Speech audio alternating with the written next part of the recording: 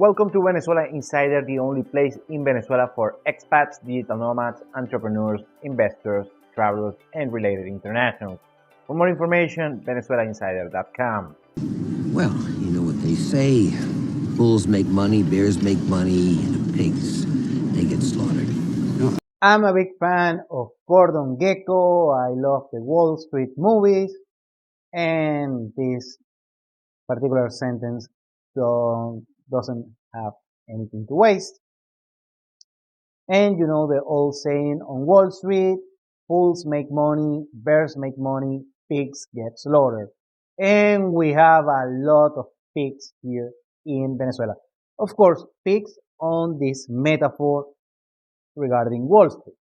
In case you don't know, the phrase basically means that the bulls are, the optimists on the market. They are expecting positive results, and usually they make money. Also, they can lose money as well, but most likely are gonna make money. Bears are the, let's say, not so optimist on any given market, and they are more cautious on their investment and the speculation and such. So still, since they have a conservative nature, they still tend to make quite some money. But pigs are these speculators that they want the maximum profit. They want to win more and more and more and more just on any given trade, and they risk more than they should, or they want the maximum premium market price in order to profit as much as they can on any given trade. Those are the ones who lose everything, lose their share, lose all their money, they get slaughtered. Well, that happens a lot in Venezuela. I said many times that the Venezuelan mindset regarding business and such is to be a net speculator. So they want the maximum profit, the profit, high profit margin when they are selling any given thing. They expect to sell on the premium of the market. And this happened most likely because of here in Venezuela, it was very easy to make money on the 70s, on the 80s, and in some cases on the early 2000s where the oil prices were very high. So what happens, I'm going to explain on macroeconomic terms, is that you have the GDP, you have consumption, government spending, foreign direct investment, and the trade balance, which is the difference between the exports and the imports. Venezuela, historically, except before the crisis, had a net positive trade balance because the balance was thank you most likely to the oil.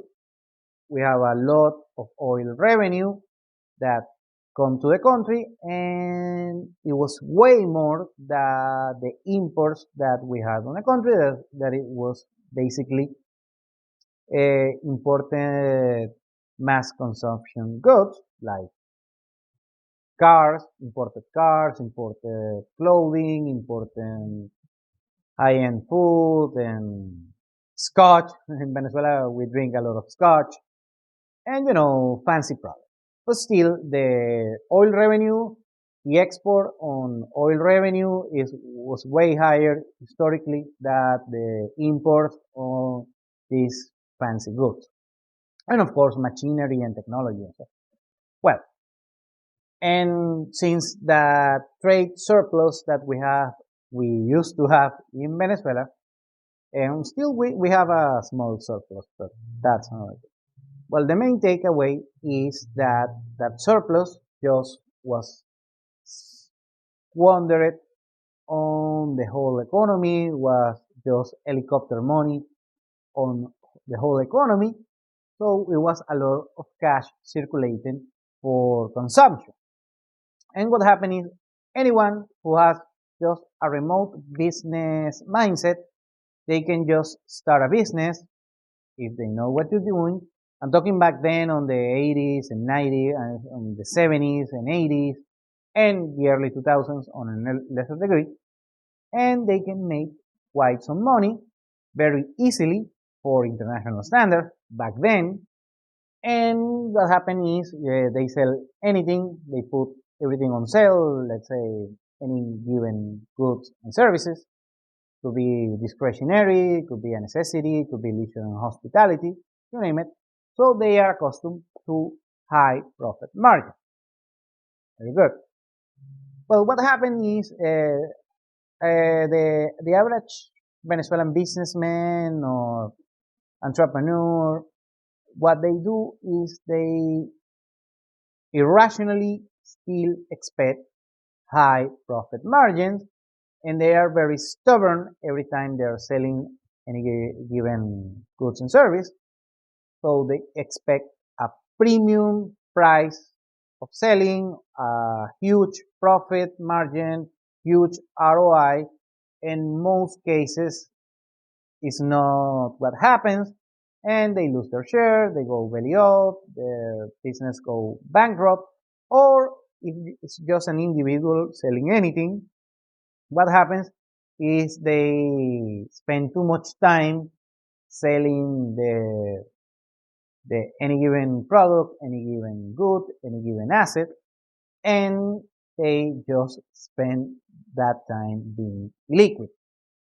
Just because this stubborn mindset of very high profit margin. And of course, if you know how to navigate it, you can make quite a few business deals here. However, the market gets very muddy, very with a lot of frictions, just because of the mindset that people are very stubborn doing business here. For instance, they sell a property, and the property spend a lot of time, in some cases many years, and is not sell. And the thing is, the Venezuelan that is selling this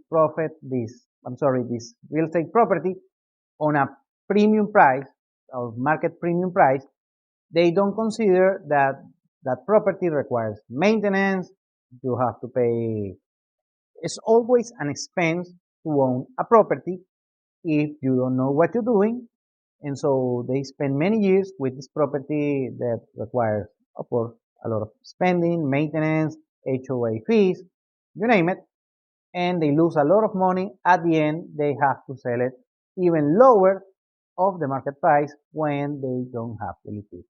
So that happens a lot here. It's just to inform you in case you don't know anything about the Venezuelan businesses and the Venezuelan market. And like I said at the beginning of the video, pigs get slaughtered. So don't be a pig when you are here in Venezuela.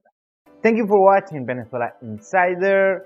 Please like, share, and subscribe. Follow us on social media. If you want to work with us, VenezuelaInsider.com. Thanks again and have a nice day.